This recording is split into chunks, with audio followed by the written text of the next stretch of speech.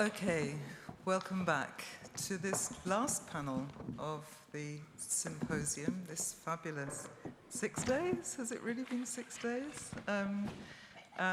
So it's my very great pleasure to be introducing a panel on pirate sounds, composing histories from acoustic fragments and debris. My name is Erica Carter, and I keep telling everybody that I'm not the best person to be chairing this panel, but I certainly think that our speakers will more than compensate for that. I think we're going to go out with a bang today.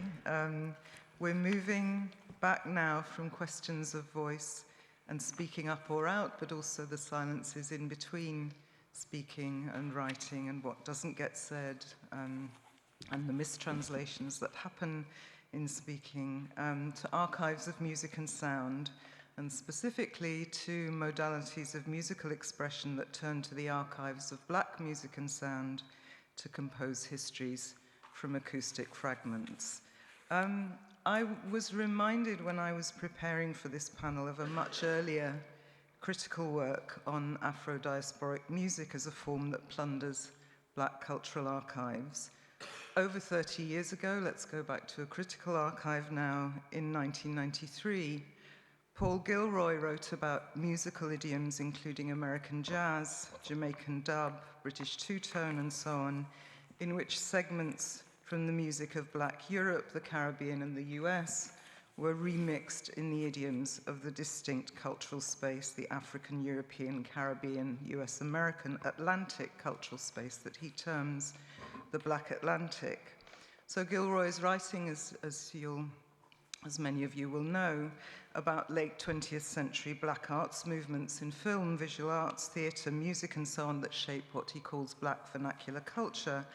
And he has a kind of, he traces a geography, a kind of cultural geography of what he calls Black Atlantic countercultural modernity. And he talks about how the kind of syncretism of those movements creates, quote, a new topography of loyalty and identity across Black Atlantic communities engaged in various struggles towards emancipation, autonomy, and citizenship. I'm sure many of you also know that Paul Gilroy himself has since revised the somewhat optimistic or utopian view of a Black Atlantic countercultural modernity. So for Paul Gilroy, today's globalized cultural economy, with its mainstreaming of Black cultural idioms, has fostered in some quarters at least what he terms, and this is a very strong term, I think, a vernacular neoliberalism, a commitment to individual values and to individual entrepreneurship in certain corners of Black Atlantic culture. So he sees that neoliberal term, as well as climate crisis, persistent neocolonial violence, and the global rise of new authoritarianisms, as relativizing the claims he made in that earlier work on the Black Atlantic. I hope, as I said, that we're going to go out with a bang and possibly on a more optimistic note, let's see, in a panel that will now shift the geographies of this conversation about vernacular Black musics, because we're concerned on this panel not just with Gilroy's Black Atlantic world, but with the more globally conceived archive of Afro-diasporic expression that finds articulation in hip-hop and Afrobeats. And I've been kind of wondering and hoping whether this broader geocultural perspective might enable us to find the means to retrieve some at least of the emancipatory spirit of Gilroy's earlier narrative of a Black Atlantic counterculture of modernity. We shall see. But certainly we couldn't wish for two better qualified speakers to orient us in this Afro-diasporic sound world.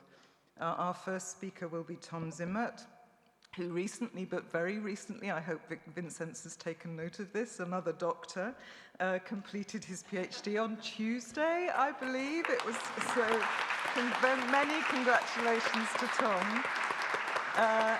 At the Johannes Gutenberg University in Mainz on Afrobeats, digital music from Lagos to the world.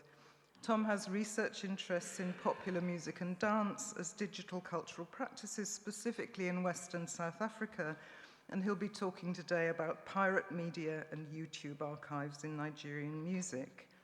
Aboubakar Sanogo is Associate Professor in Film Studies at Carleton University in Ottawa, Canada. He's also active as a film curator and in institutional and policy domains, including as the North American Regional Secretary of the Pan-African Federation of Filmmakers, FESPACI, and work for the African Film Heritage Project, which, as you'll know, is a film preservation and restoration initiative in partnership with Martin Scorsese's Film Foundation, as well as UNESCO and the Cineteca Bologna. Aboubakar has also researched and written extensively on Africa in the world of moving image archiving. That's the title of a recent article.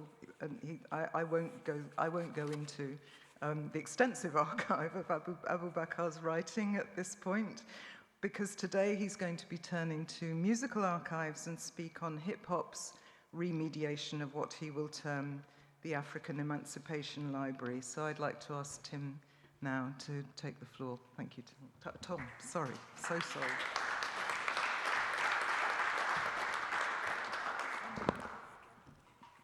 Thank you so much, Erica, for the introduction. And thank you so much to Vincent and Stephanie for allowing me to be part of this wonderful program over the last couple of days. It has been quite an experience. And I want to share some thoughts with you today about YouTube as a somewhat accidental archive.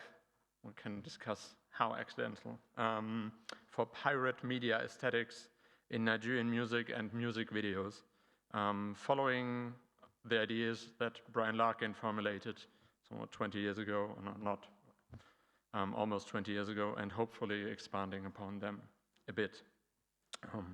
I have 3 songs in 4 videos that I want to show you. I'm going to start with the first one.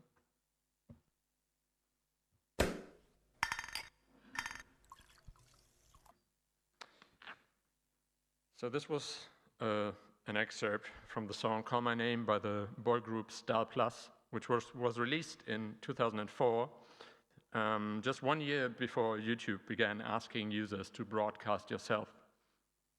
The song became quite a huge hit in the domestic Nigerian market and in some neighboring countries, and is to this day a classic for many people who were children, teenagers, or young adults around that time.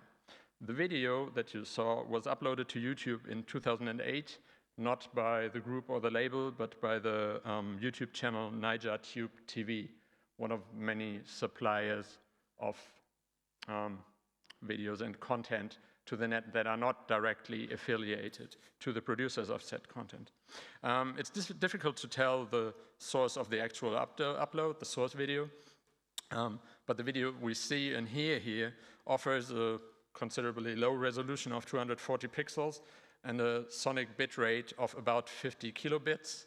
This is an estimation, but that makes around 3% of what a CD quality offers and 30% of what is usual for most streaming services today, like Spotify.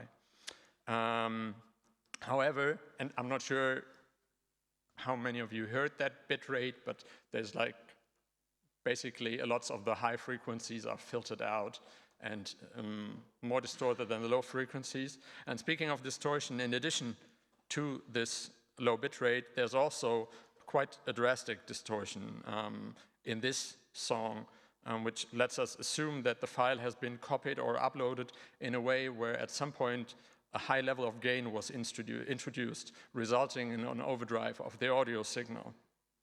The loudest part of the song, and that's where it becomes most noticeable in the chorus, when all the singers sing together, you hear the distortion in the most drastic way, and it becomes most noticeable.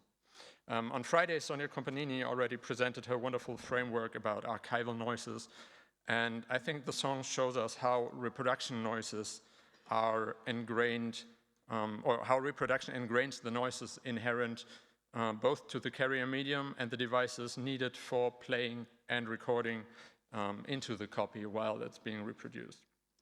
2008, the year that the song was uploaded, was also the year in which several download blogs in Nigeria started operating. These download blogs offer downloads of popular songs for free. And in the early years, these blogs made money through ad revenues mostly, but in a couple of years, they became so popular that people, specifically aspiring artists, started to pay money to the download blogs for hosting the songs and helping them gain an audience. Like Linda Ikeji is one of the most popular names. She's like famously, reportedly, the first female Naira billionaire in Nigeria through her blogging enterprise. While download blogs, up to this point, before 28, the circulation of Nigerian pop music happened through physical media only, but that changed radically from there on. While download blogs often sourced their songs from other physical distribution channels, it is not uncommon to find the audio of YouTube clips like this one uploaded in these blogs and then further circulated from that. It's usually additionally branded with an audio tag of the blog owner. So you hear like, this is nigerbeats.com, and then the song starts. This song example is a testament to that practice, as the audio from this video became, I would argue, the de facto standard version of the song that would circulate in Nigeria throughout the next decade, played by DJs in bars and nightclubs, on radios, inside cars, or through the speakers of shops in the markets and streets of Lagos, where I myself spent years wondering how it came that apparently no one seemed to have a hi-fi version of the recording of that song that was once released in CD in pristine quality. Today, the song is actually available on streaming platforms in all of its hi-fi glory, with which it came straight out of the mastering studio in 24. But on YouTube, this version is also preserved, and I think also on many flash drives of Nigerian DJs as well. Second example. Aha! Remix! Mr. Flavor Bunny Dance Hard! And a shower remix, you know! What you gonna continue? Alcohol. No things about it. All the best. Yeah, give me out there. Hey, all you them, man.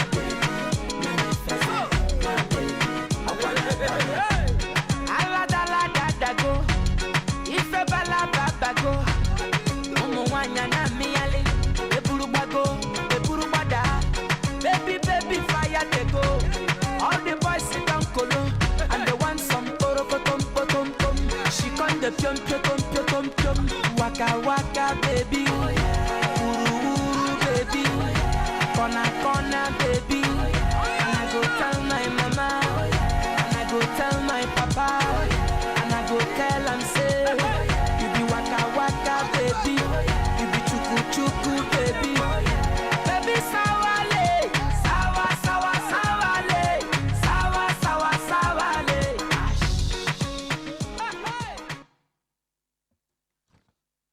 Okay, the song Muma Baby by Flavor, basically a remix of the 1980s song by Cardinal Rex Lawson, was released in 2010 and later published as music video on his own YouTube account. The low resolution audio, although not as low as the first example, also practically became the canon version of the song due to YouTube downloads of it circulating between DJs and being up and downloaded long enough for years so that it became unclear if there's a different version of that. And actually, even in the early days of streaming, this version ended up on streaming sites, which was an interesting development. What's also significant is that that song now was released at a specific time when Afrobeats was really taking on to be spread internationally, namely both via YouTube and download blogs, but also a lot via DJs in the diaspora and beyond, who played these songs in these versions. And I remember myself consciously hearing the song for the first time at a university party in Frankfurt in 2012, and personally also being irritated by the sound quality back then, which was due to the DJ having downloaded the song from YouTube when I asked them. The song is also,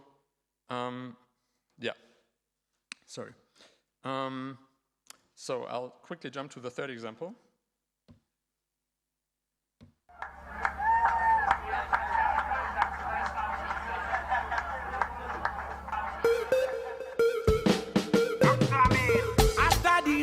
play the blues, the blues, the blues. Make you do as I do, I do, I do. Enjoy yourself, baby boo, boo, cause even your boo get a boo, boo, boo. Share the gala, share the booze, booze, booze. Everybody wanna groove, groove, groove. As far as the money they pay, EBO pop champagne.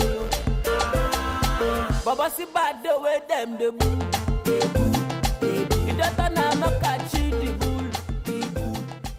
See money from the like swimming pool. And now, in a second version, To DJ Khaled. You really want to dance? Hit it. After the reggae, play the blues, the blues, the blues. Make you do as I do, I do, I do. Enjoy yourself, baby boo, boo, cause even your boo get a boo, boo, boo. Share the gala, share the booze, booze, booze. Everybody wanna do, boo. I'm going to shorten that here.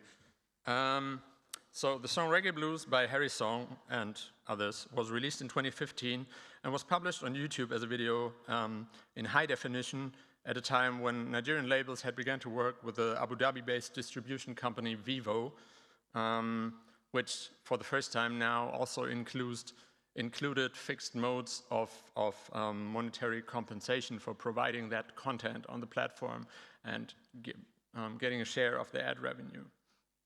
However, while this high-definition version has been accessible, I'd argue that it was also and is very likely to hear the song in versions where the second one that I showed to you is kind of an approximation to that.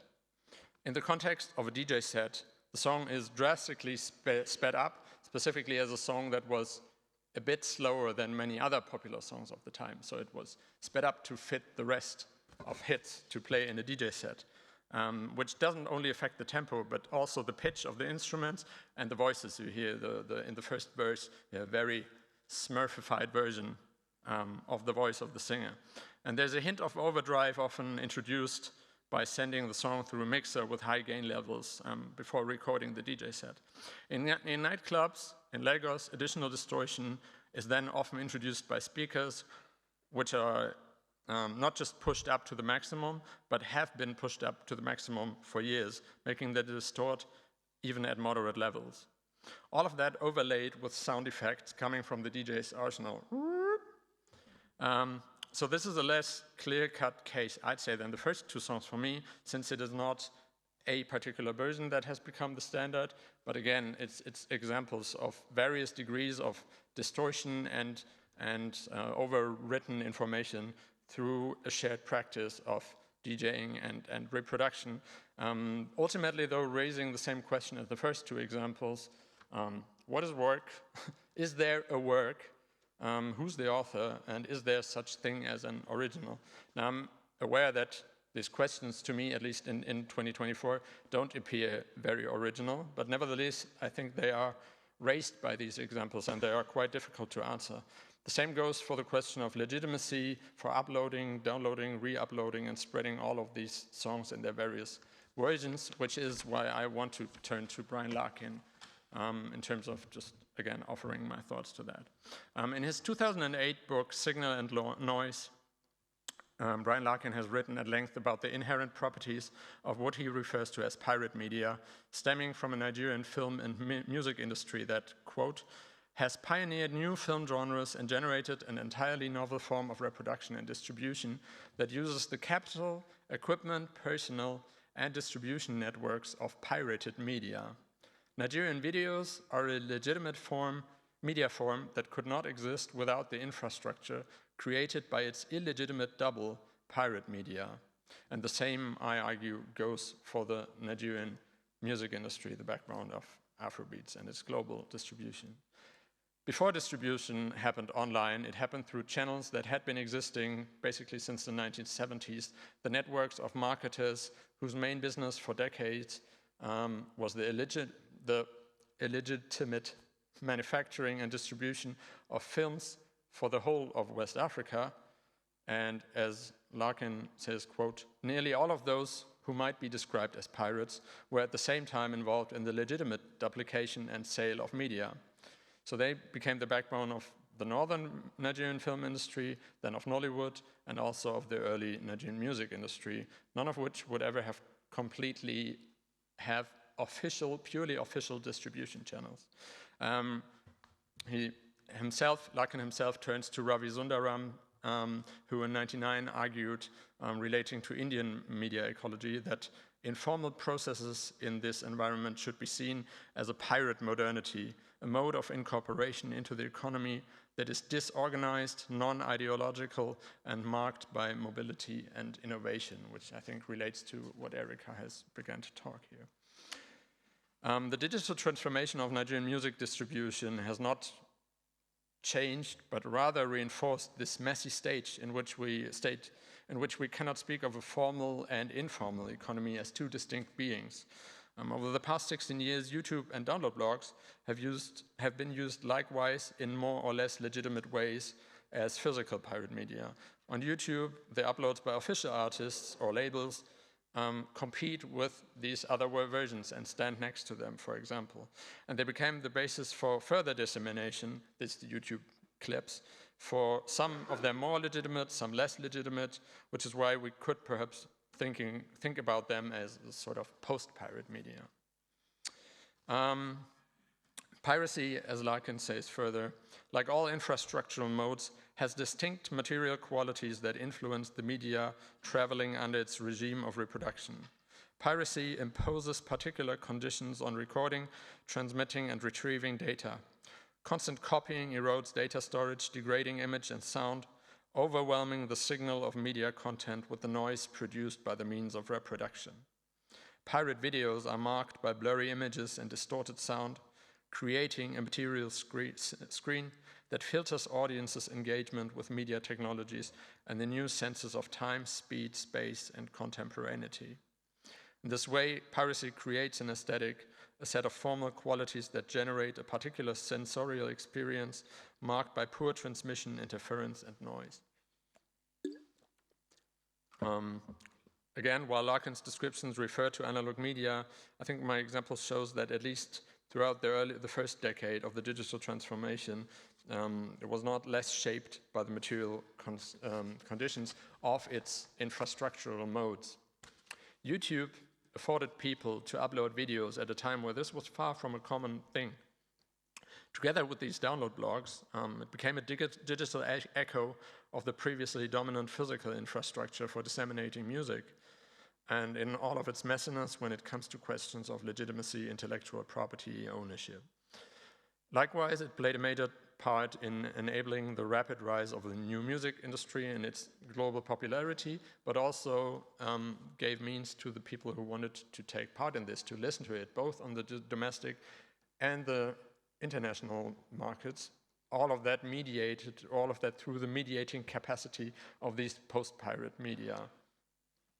At the same time, YouTube as a platform has now become somewhat of an accidental archive of these sounds and their aesthetics that is related to itself as a medium on the one hand, but vastly transcends it, as I have tried to point out, because these YouTube versions of so many songs become the default and then spread from YouTube out in the rest of the world. Which I think this gives us reason to think about the volatility and the precariousness of such a YouTube archive, which is owned and maintained not by public bodies, but by a global corporation. Yesterday I had a conversation with Hadi Alipana, who restored and showed Nasib Nasibi's film that we saw on Friday about the value of importance of the aesthetics of bad VHS tapes that he kept in this cut that we saw, which he argues has been the standard for how Iranian audiences watched pre-revolution films, and about the questions if these should not perhaps be preserved alongside the high-res digital versions that are now available. And one could raise the question if the same doesn't apply for music videos, or DJ mixes that are archived on YouTube. And well, as thought, I'm not just pondering about these questions completely out of context. I'm also thinking about them because I've been involved with the African Music Archives in Mainz for a number of years in different projects, which is in Mainz and has a number of thousand physical sound carriers of African popular music, but which at this point doesn't have a strategy about preserving or archiving music that has been exclusively released in non-physical media. Thank you.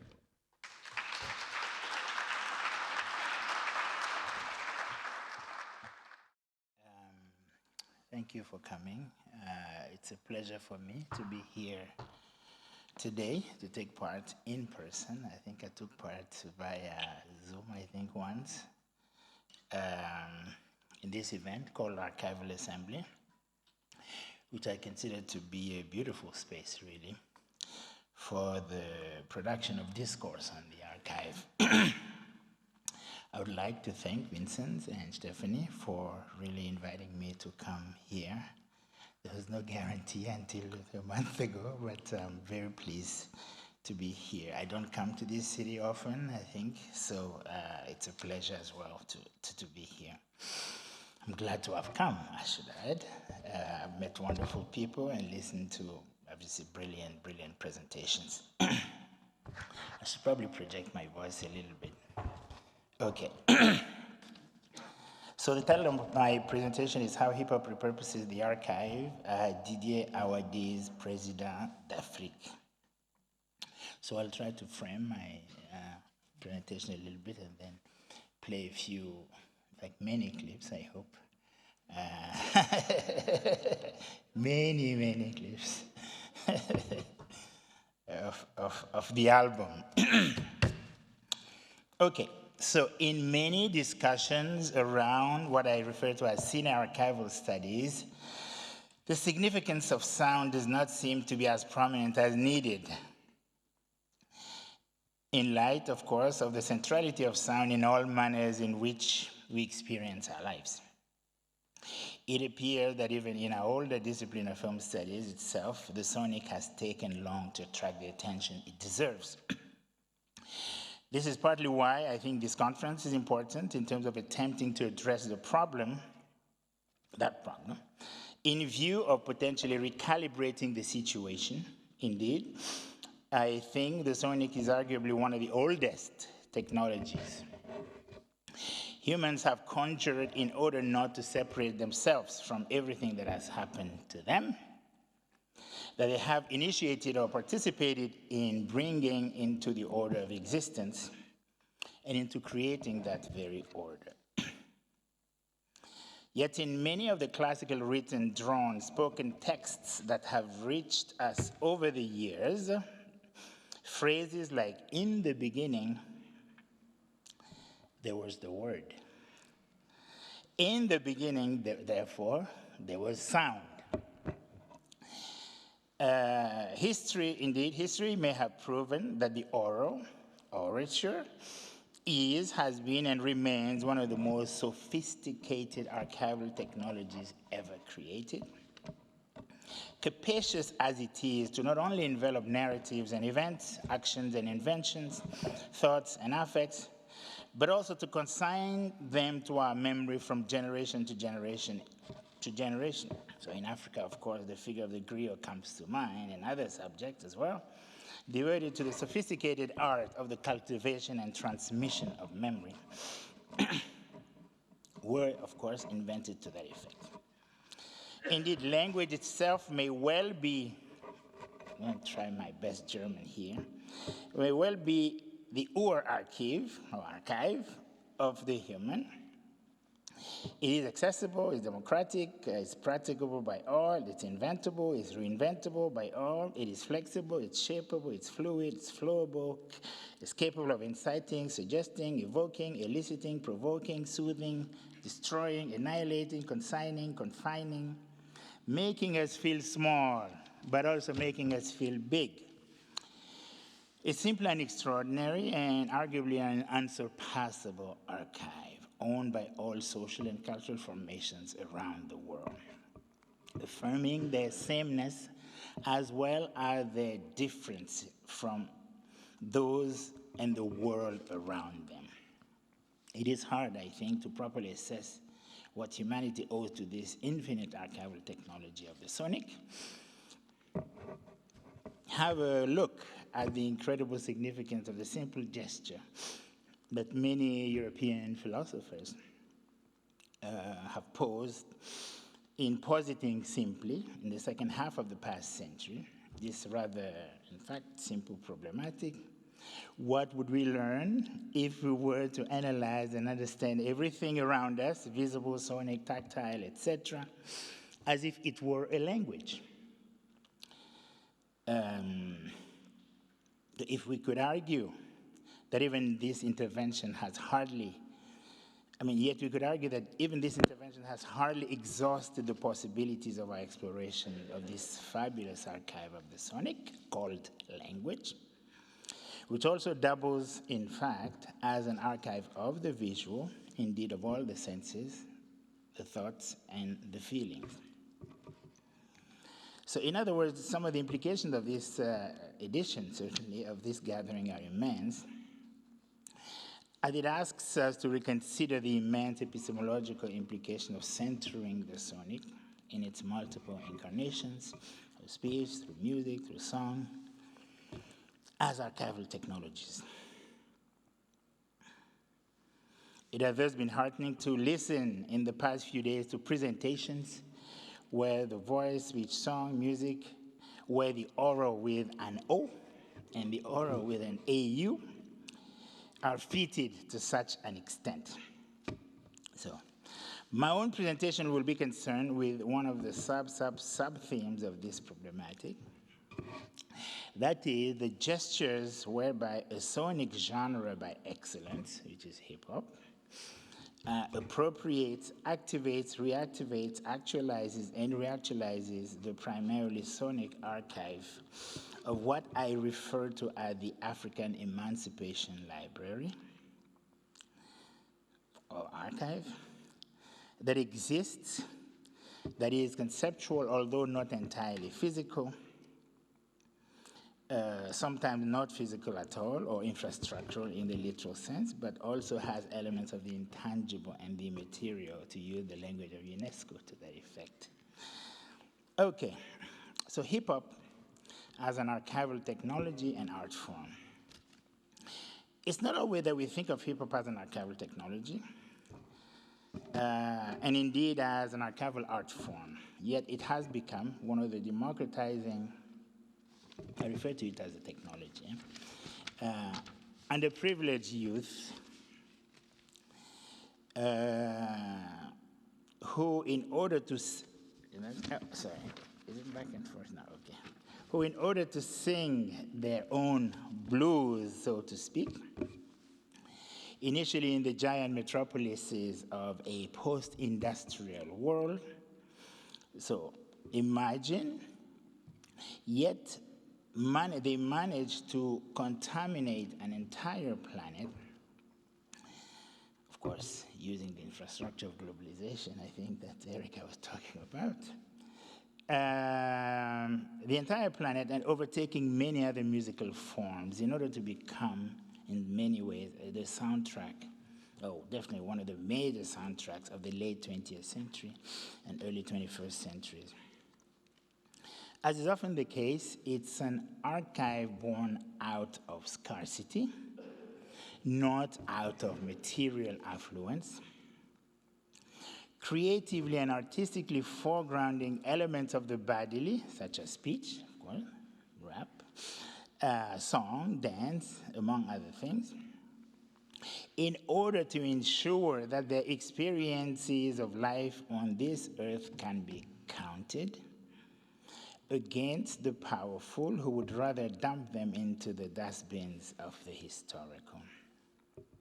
So we can argue that this life-affirming gesture is, epistemologically speaking, an archive instituting gesture, in the sense that it consists in ensuring that the traces of one's passage in life are not forever erased by various hegemonic forces that have, to some extent, succeeded in confiscating life itself. Confiscating ways in which life should be lived. I'm going to use a sort of elementary school metaphor. Who, like the Grinch who stole Christmas, are in fact stealing life itself. So it is a gesture against the thieves of life. So let's remind ourselves of some of the elements that participated in giving hip-hop some aspect of its form. The context, imagine neoliberal austerity measures, debunked trickle-down theories and ideologies, the delegitimization of state intervention, the privatization of public assets, which led to the underfunding and perhaps even a more common phrase in the past 6 years, the defunding of public institutions like public schools. Think about essential programs like music education programs being cut, and with them, instruments that had allowed generations of young people in public schools to sing and play, as I said earlier, their blues away. Hence, of course, a reliance on the body and on language in order to be heard and counted.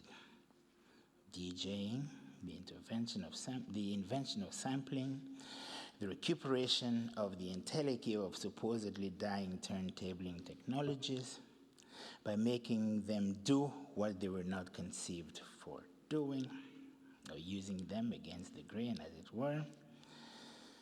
Scratching, for example. Think of the reforegrounding of speech as an ultimate musical instrument. And of course, by virtue of a lack of free access to musical instruments to compose their own songs,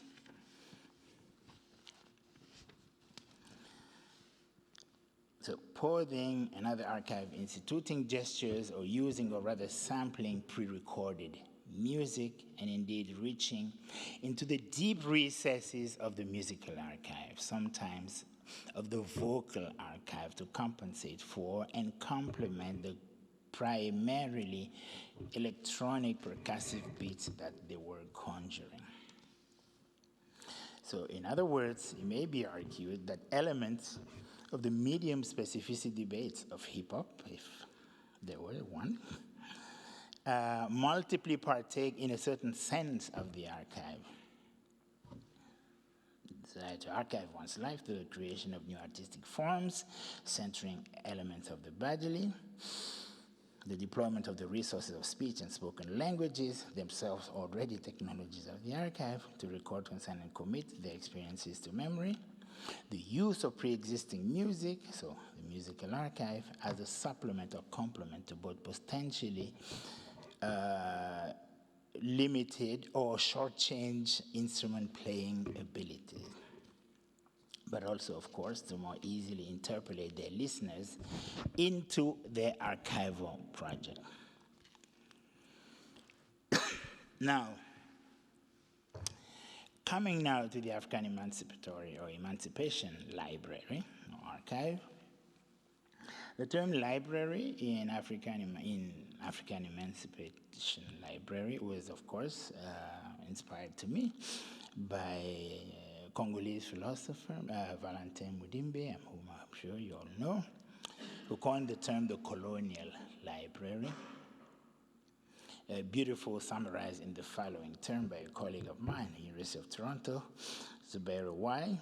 He says, one of the major conceptual apparatuses in Mudimbe's critical repertoire is the concept of the colonial library, an abstraction that denotes the immense body of texts and system of representation that for centuries has functioned to produce Africa as a paradigm of difference and alterity. Zubairu adds that this is a transdisciplinary space with huge knowledge capital, it's true, which constitute and is constitutive of the epistemological locus of Africa's invention, and which also contributes to structuring knowledge on and about Africa.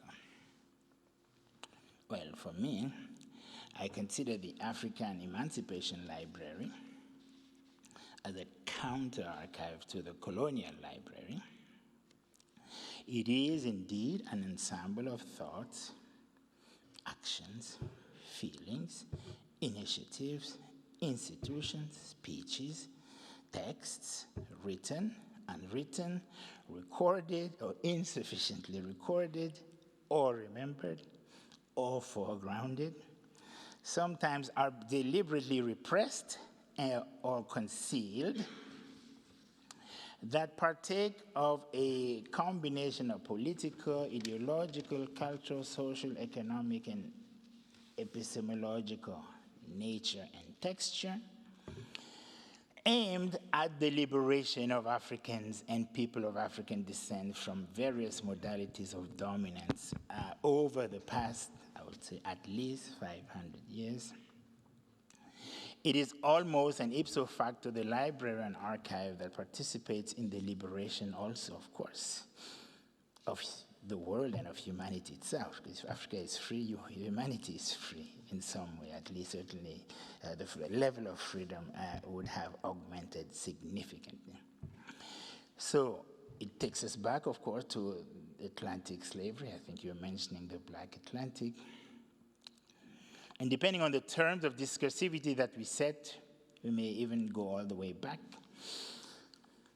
to the beginning of humans, if you will, because of course, as we know, if we know our history very well, we know that Africans, without, of course, anyway, Africans were the ones who taught the world how to walk, how to think, how to feel, how to create, how to invent, to be philosophers, to be artists, engineers, etc. So, this archive also includes the great feats, inventive, imaginative forms of resistance and contestations of multiple coexisting and consecutive regimes of dominance from the very denial of humanity. So we've talked about this, colonialism in the New World, the 19th century invasion and takeover of the African hinterland, many aspects of which were staged right here in this very city, hélas. But all other cities and nations in the subjection of Africans that is unfortunately continuing in many ways to this day. So it includes, so this archive includes the actions, suggestions, and thoughts and movements devoted, therefore, to the termination and elimination of both remnants and unfortunately resurgences of colonialist and neo-colonialist impulses around the world, in sometimes their worst form. This legacy or this archive also includes what I call the legacy of Pan-Africanism, a political ideology of emancipation par excellence, to which we owe, again, a lot. The end of Atlantic enslavement, the territorial liberation of the African continent, flag independence of many African nations, and indeed, on the horizon, I would argue, the creation of such cultural apparatuses and institutions at various, African cinema, for example. I think it really comes out of this tradition in many ways. Important aspects of African music, theater, dance, etc. It includes, so this archive, many of the important figures of founding mothers and fathers of many nations, great leaders, thinkers, the Osajafos, the Mwalimus, the Raisis, and the Madibas of African independence. Now, this archive is unfortunately insufficiently known, insufficiently appropriated, insufficiently circulated and transmitted archive. It is to this task, therefore, that this gentleman, Senegalese hip-hop pioneer and veteran Didier Awadi, devotes himself in his 2010 album, Président d'Afrique. I think you see the poster, the cover, album cover there, to reactivate precisely this said library for contemporary generations. I mentioned the griot earlier as embodied living archivists whose archives are not consigned to concrete buildings, but are lodged in the highly and sophisticatedly trained recesses of their memory, and whose social significance lies precisely in the recollection and embellished recounting of the archive. In many ways, in making this album, Didier Awadi becomes the griot of the African Emancipation Archive, using old and new technologies to ensure its transmission to new generations. Now let's say a few words about him and let's listen to some music. All right, so Didier Awadi is a Senegalese rapper of Beninese and Cape Verdean descent. I think his father is Beninese, his mother is from Cape Verde.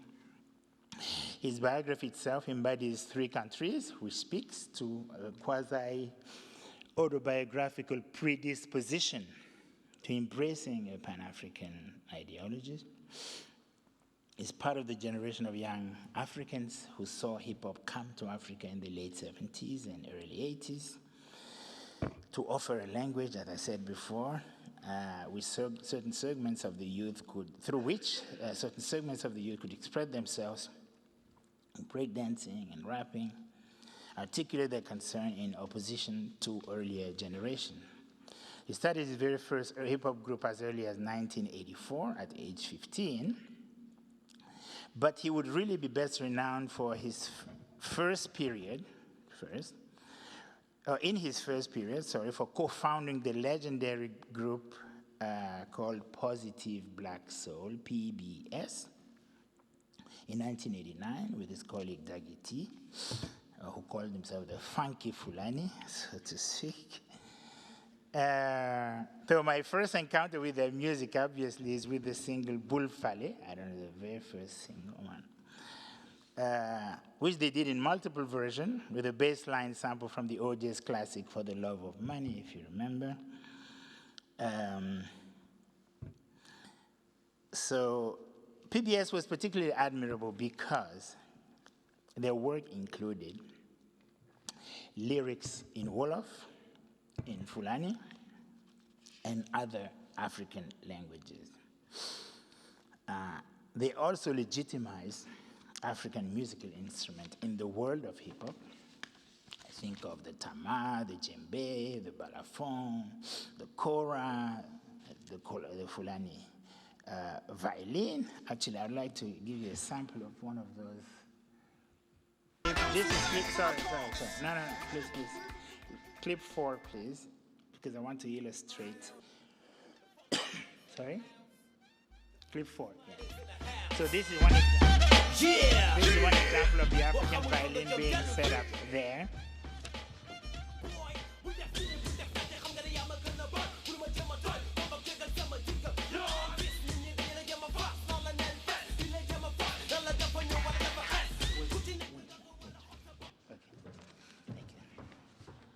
Okay, so you heard this is sort of the sample of the Fulani violin, so to speak.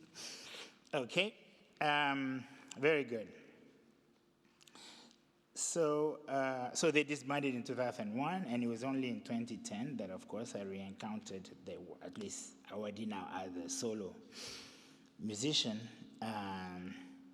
who came up, I would argue, with one of the most powerful concept albums in the history of hip-hop, as I understand it, at the very least, with this one entitled Président d'Afrique, an album intended to have a sober retrospection of 50 years of African independence, with the realization that there was hardly any, so in 2010 that is, there's hardly any contemporary living and leader living or in full exercise of his or her power that could actually be featured on this album.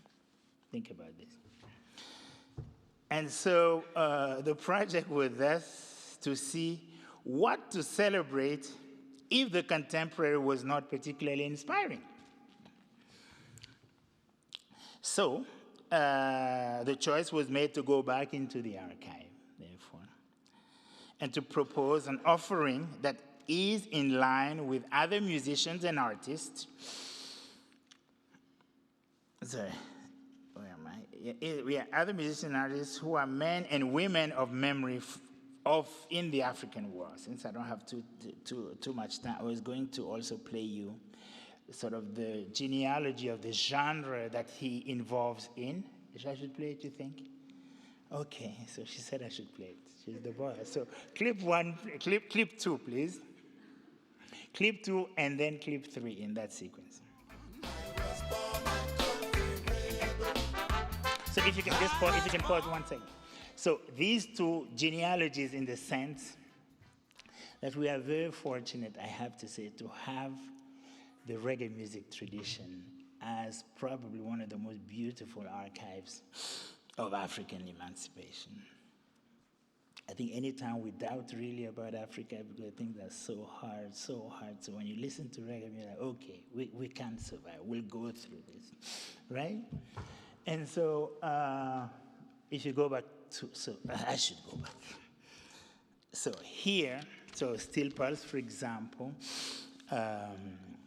has a tradition of sort of celebrating that emancipatory archive. So I just wanted to play that clip where they actually do this. Go ahead.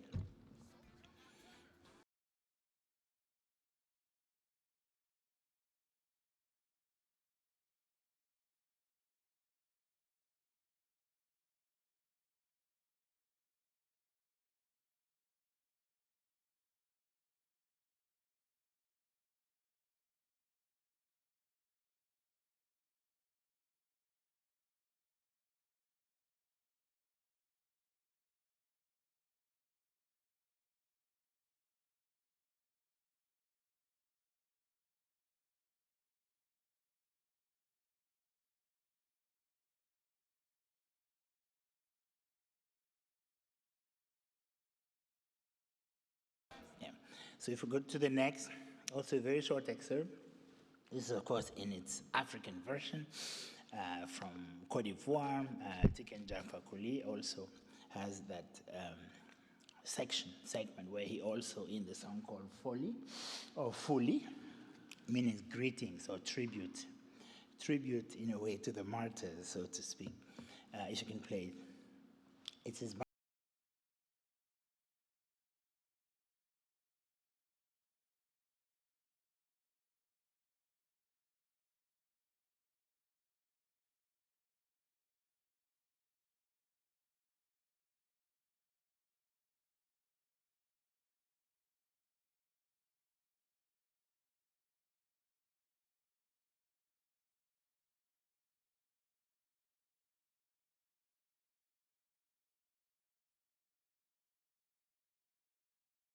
So in some ways, our Days album participates in that tradition, this 2010 album.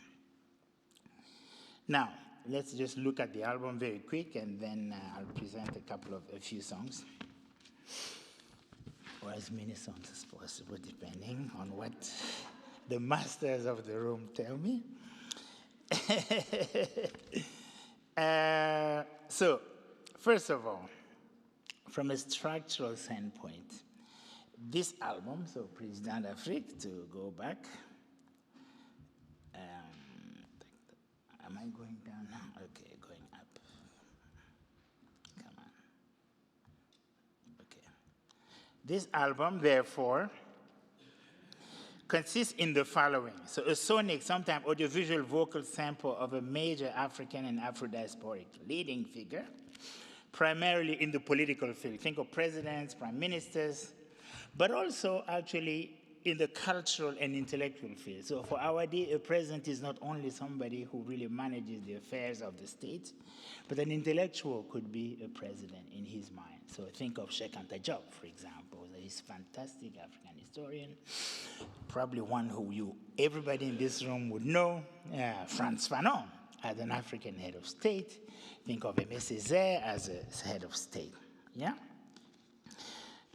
so this is often, so the featuring, of course, one of these figures, often accompanied by music, also often composed for the occasion, a section which involved a rap intervention by the musician himself by Awadi in Wolof, French, or English, sometimes accompanied by a rap section, also by some of the collaborators with whom he works on the album. Basically, as he goes through different figures, he tries to work with musicians in the country in which the figure comes from to really have a sort of domestic appropriation, as it were, of the project. So the music is often so the musical tradition is often anchored in the country's musical tradition. The language spoken is also and the rap lyrics are also often in those languages. In addition to that, the vocal tradition themselves of music are also featured. So let me see how much I can give you here. Okay, so let's start with the very first one. This is not really a song. Why don't you play it and then I'll comment on it afterward. Yes.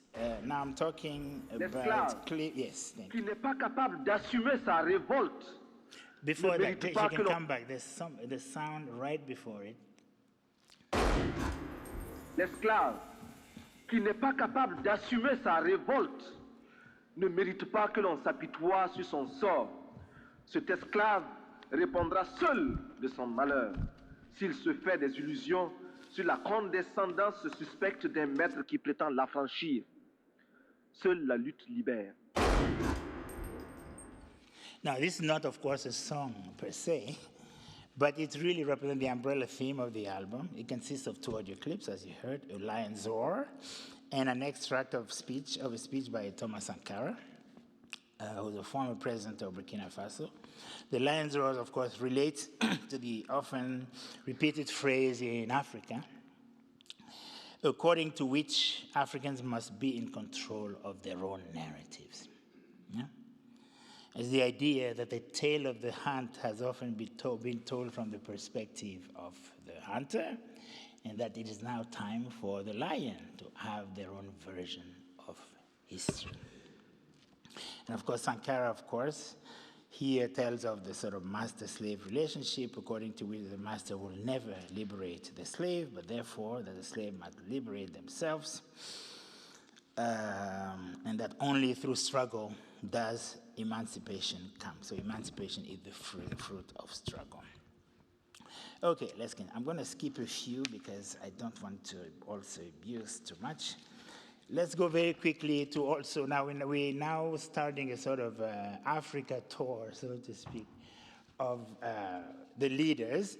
So we'll start, for example, so one of the places he started is in Egypt, so if you can play that clip.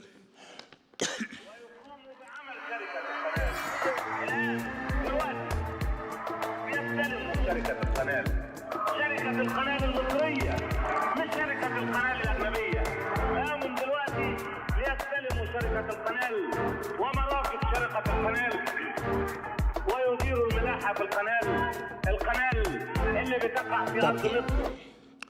Okay, so as you heard, this is of course a celebration of the pioneer and champion of African independence, the former Egyptian president Gamal Abdel Nasser. As in many songs, he uses Nasser in one of the founding moments, of course, of Egyptian history and of African decolonization. That is the nationalization of the Suez Canal. I don't know, those who are old enough to remember this. But it was an event, really, of immense proportion. That, sort of following, I think it's a year after the Bandung Conference, actually, 1956, which was a major, so it was a major source of inspiration, strengthening the kind of yes we can attitude that Africans had in the age of decolonization.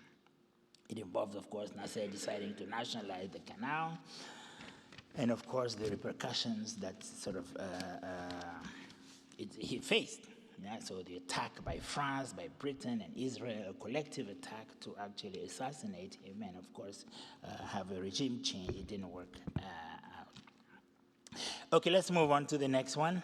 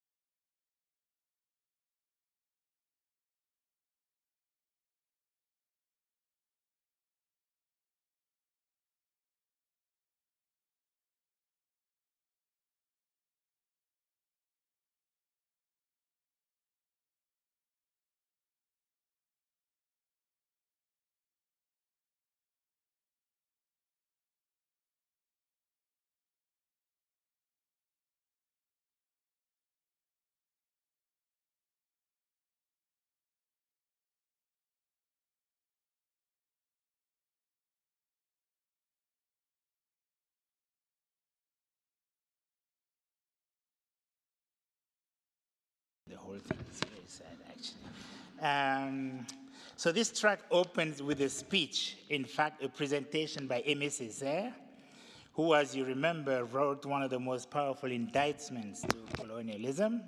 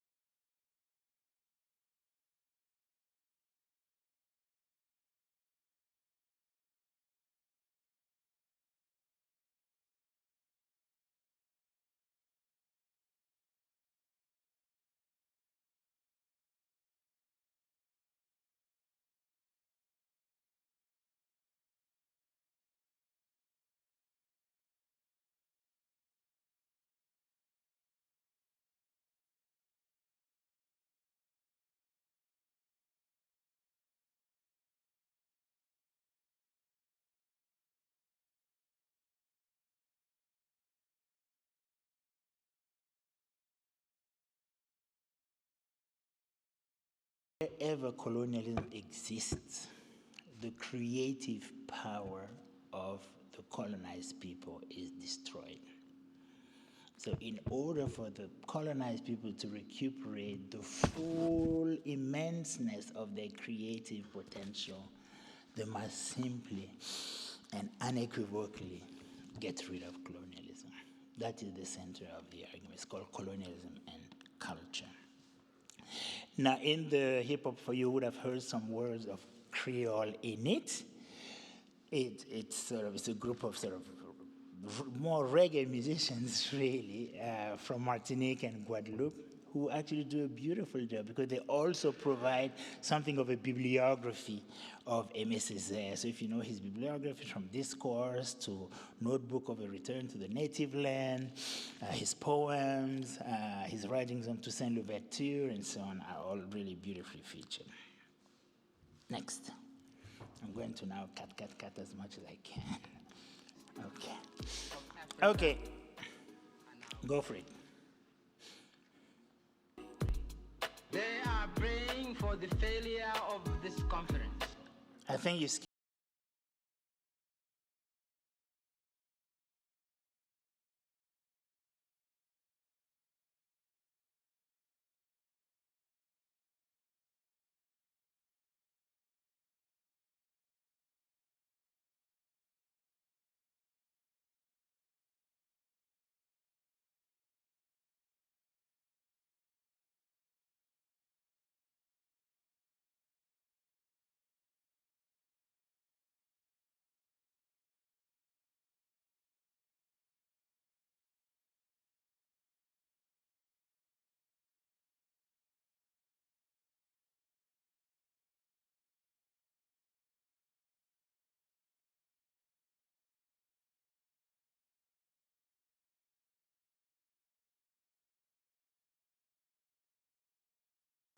Okay, very good.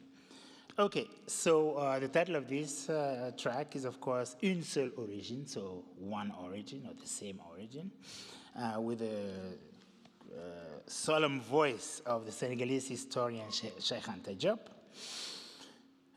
who, of course, received in 1966 in Dakar the award for one of the two most important and influential intellectuals of the 20th century of African descent. There were two to receive this award. There was Cheikh Anta Diop and there was W.E.B. Du Bois. Yeah? Very good.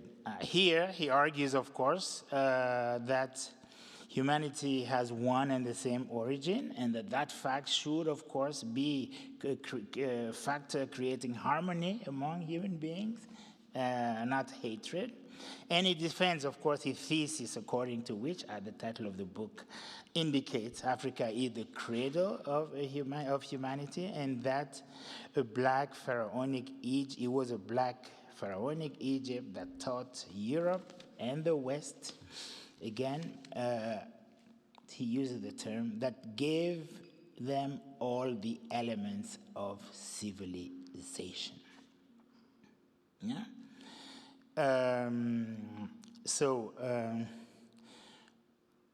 And that the reason why this archive is insufficiently known because it did not match the European and Western project to, of course, justify the expansion to Africa, with the argument that, of course, Africa had no history, right? If you think that Europe is the child of Africa, literally, it's hard to argue that Africa has no history because it means Europe has no history, in fact, at the same time, which is an indefensible proposition. Okay, I'll skip because there's more. I'll try a couple more. You want me to round up? Where do I end? It's a bit of a, because I have really many more, but let me end. Okay, let me end. Time. Let me end here.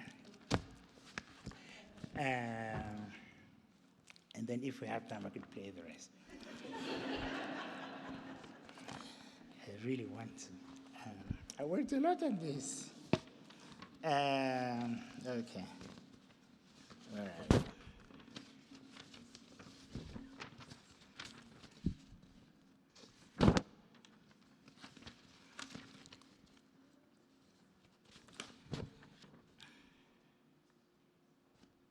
Okay. Okay, let's play track 14 and 15. We'll just play both. I'll make my comment and then we'll stop here. Okay. Go for it. Can you go back to the beginning? Thank you. A union government.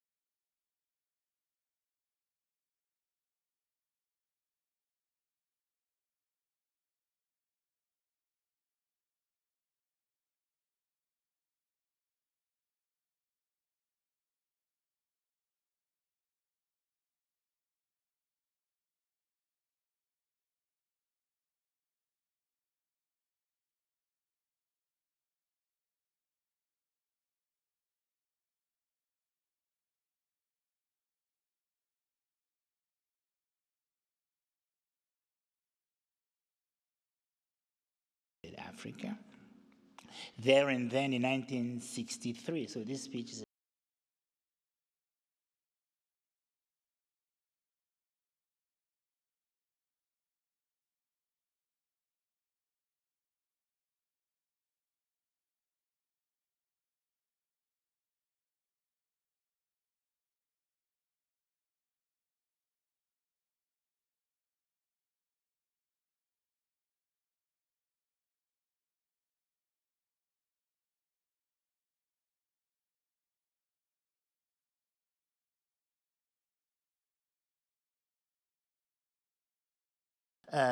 giving us room for clear-minded meditation and plotting out aspects of the future of the continent.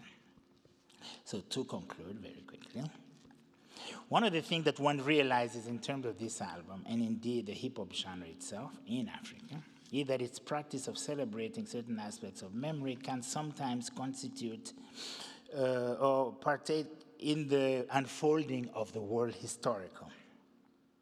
The collective work of hip-hop in many African countries, the sum total of the value that they call for, may be said to constitute dress rehearsals for impending and not so distant historical change.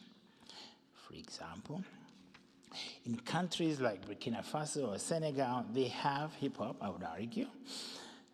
Hip-hop culture has arguably contributed to expanding the spectrum of the sayable. Their audacity may be said to have contributed to the expansion of the spaces of public discourse. We can argue, for example, that they contributed tremendously both to the forced departure of two presidents in Senegal. I think of Abdoulaye Wade and Macky Sall not too long ago. And of course, that the current presidents of Senegal, at least for the moment, we haven't observed yet, but they seem to certainly embody a certain aspect. We could potentially refer to them potential hip-hop presidents. We hope they won't be bought in the process and abandon the struggle soon. In Burkina, of course, after 27 years of Blaise Compaoré, the role of hip-hop was absolutely central in the downfall and in the immediate days, of course, of the end of the regime. So they were very important in bringing back the memory of Thomas Sankara to the youth of Burkina Faso. And in fact, the current president of Burkina Faso certainly seems to want to embody element of that heritage in many ways, although we also need to keep him under surveillance. Now, what does this mean? We are entitled to ask ourselves, what more potentially productive surprises that this hip-hop of the hip-hop of the archive have in store for us in terms of further historical transformation of this continent. Indeed, part of the question seems to be the possibility to reach a stage where these ideas could acquire the status of structures of feeling to the point of displacing other competing hegemonic ideas.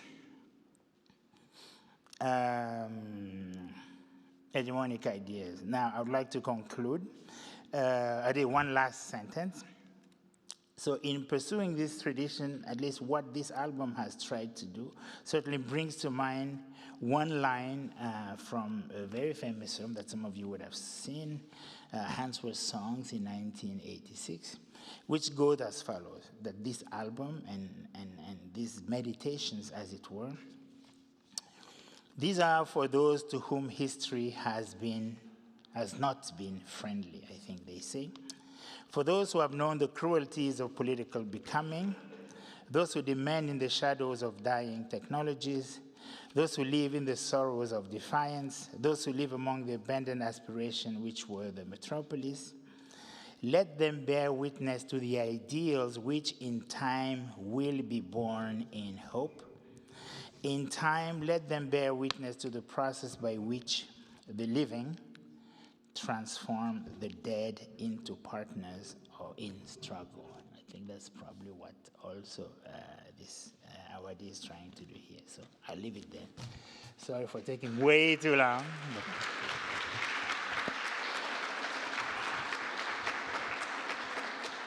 We had a conversation yesterday about how we would all go out dancing to your album. Music is, of course, a collective medium that affects minds and bodies and ears and skin and so on. I have 100 questions to ask both Aboubakar and Tom, but I think in that collective spirit of both these musical forms, let's open up straight away to the audience. I think we have been given permission to go for another about 13 minutes, I think. So over to you.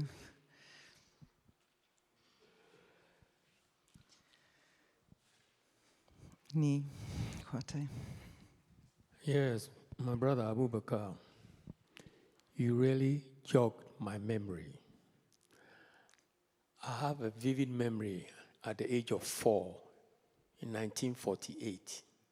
My father, my late father, was Nkrumah's, the chairman of Nkrumah's party, the Convention People's Party, in the locality where we lived. It was called the Tudu community. And he used to carry me on his shoulders to Nkrumah's political party rallies. And a massive crowd, and there were always shouts of freedom, freedom. And I remember my father also simulated me, so I used to raise my hand and shout freedom. And these moments, these subjectively and psychologically, at the age of 4, has always lived with me, embedded in my memory. I didn't know then, subconsciously, I was imbibing the history of the struggle for, freedom, struggle against colonialism. And to me, that's the evolution of my whole mindset up to today. So thank you very much for jogging my memory. And also the last point I want to make is that Lord Kitchener, the Calypso musician, also made a famous song on Ghana's independence, which became a big hit in Ghana and probably the rest of Africa. Thank you for jogging my memory. Thank you. Do you want to respond, or should we? Do we have other questions? You must start responding. Okay, we have a question or a comment here. By combining your, we don't have so much time, so I just spare this sort of polite whatever. Just think of it. By combining both of your speeches, I would like to ask, like this emancipational archive you were talking of, what would be like the distributional basis of this, or the material basis, like where the other speech was about,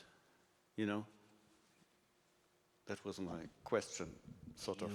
So can you somehow correspond to what Tom said? Well, it's a form that's of its time. So it uses the distribution infrastructure of the times. As you see, all these slides or these images that I put up there, I got them from YouTube and Google, for example. Or Spotify, thank you very much. So all the means of distribution that the contemporary, let's say the global infrastructure of neoliberalism offers, well, is used accordingly, clearly. Yeah. And maybe just briefly responding to that.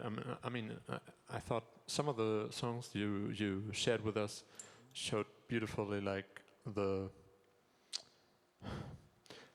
how the archive was basically embodied in a musical way in some of these songs. You alluded to the griot, and I mean, we were hearing the kora, for example, as this essential instrument in some of these songs, which I think, I mean, hip-hop serves great as this lived archive of a lot of things African, and at the same time, almost symbolizes a rather difficult side of how we view and discuss the Black Atlantic as something where for a long time the African part was often only constructed as the roots of something that only in the West, in the Western world, or in America specifically, became something proper to market around the world, like hip-hop culture, for example, right? But I think, I mean, one of the many qualities of what you showed us is exemplifying of what was already inside of hip-hop all along before it became this global product. So thank you. I agree with you. I mean, I mentioned, of course, the infrastructure of global capital, but of course there are domestic structures as well for dissemination. You mentioned the griot. You mentioned, the radio. You mentioned cinema, for example.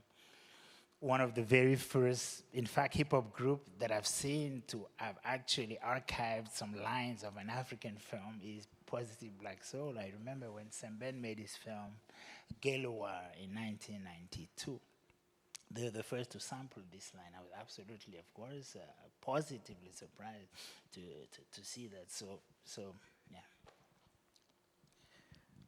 I was also really struck by a kind of similarity, although also a difference, obviously, between your two presentations. I think that what the question that both your presentations poses for me is not just one about the geography of the archives that are being used, plundered, remixed, pirated, and so on, but also the temporality. I thought that was very interesting what you said, Tom, about the question still being absolutely open about the African Musical Archive and using musics that have no obvious origin, where there is no original, and so on. So where does this archive start? What are the histories that it reaches back to?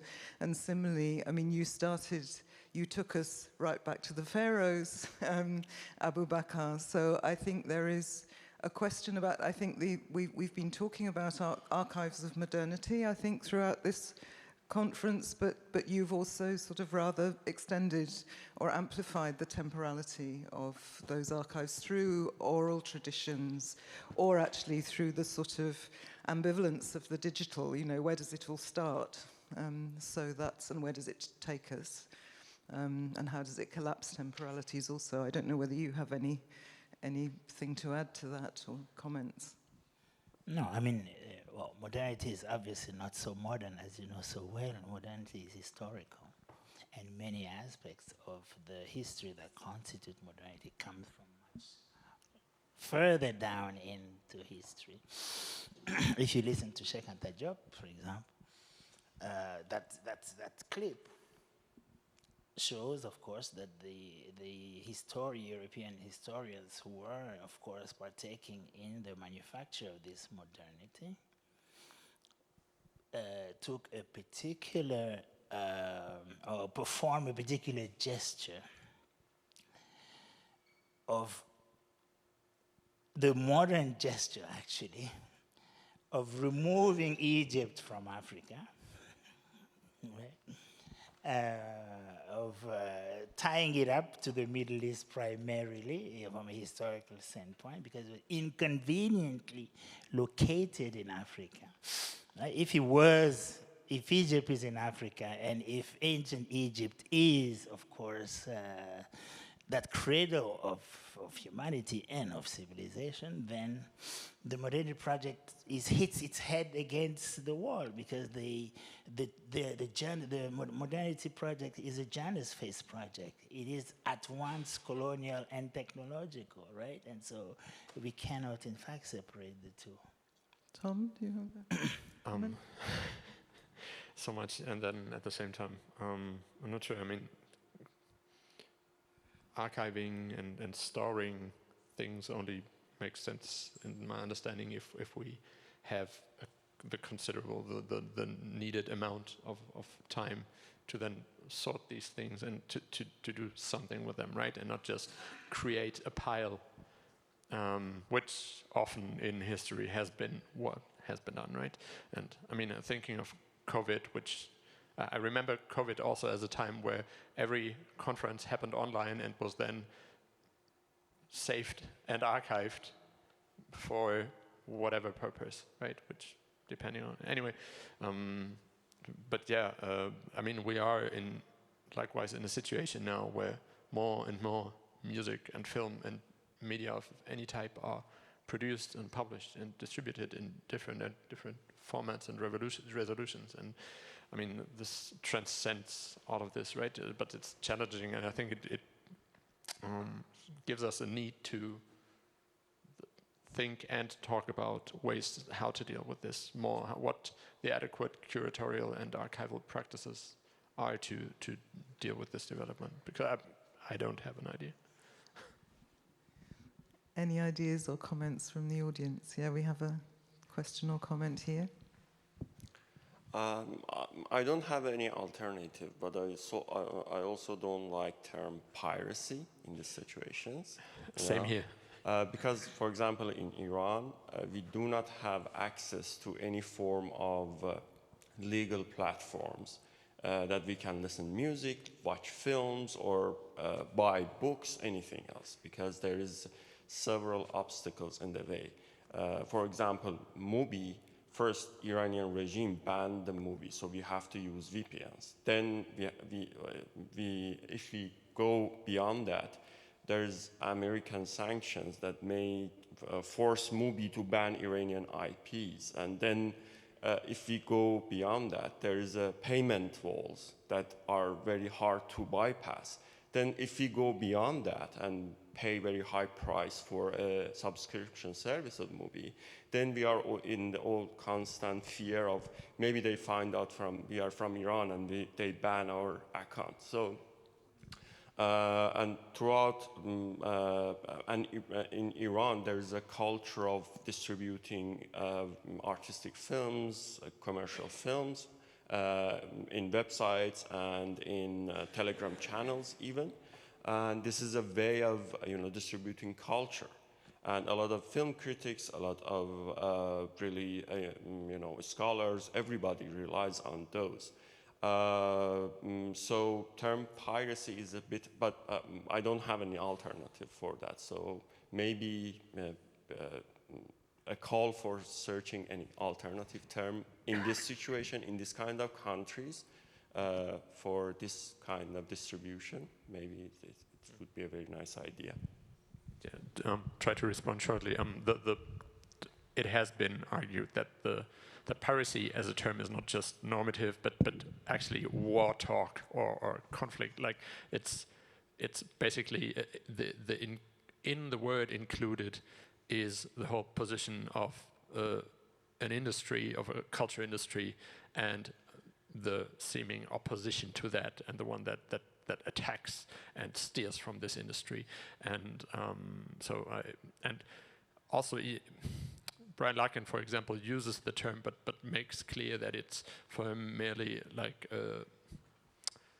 for the lack of a better alternative, also a way to signify at what is going on, but at the same time in speaking about it, in showing the fuzziness of what then is still termed piracy, to not use it like that. But yes, I agree strongly.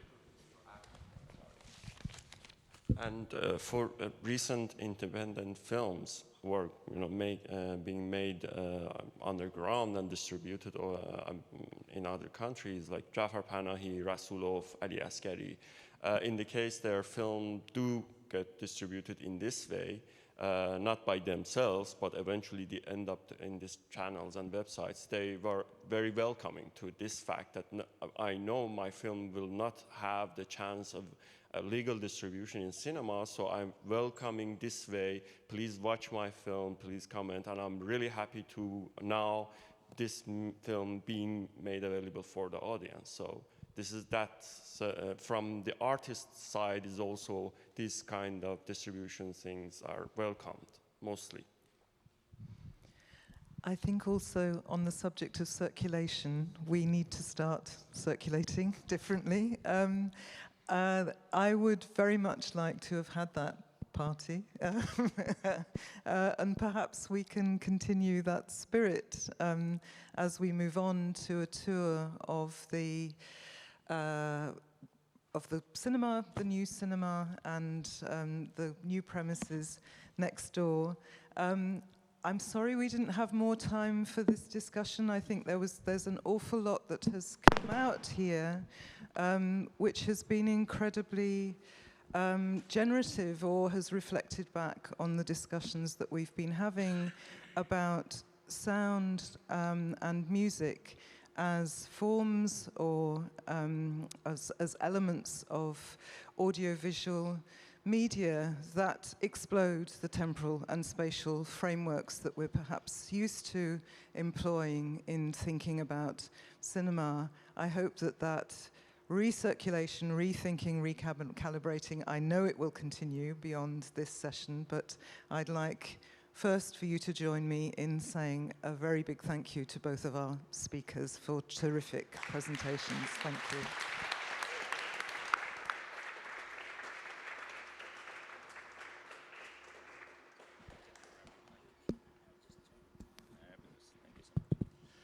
All right, that concludes the symposium part of Archival Assembly, and I want to thank all the speakers, all the moderators, and the audience for sharing this experience with us and for enriching our horizons and knowledge. But I also want everyone here in the room to join me in thanking the technical staff who made this possible.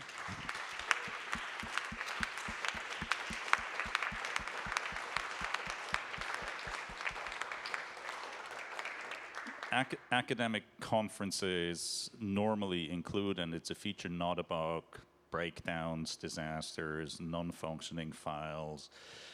This is not that kind of conference.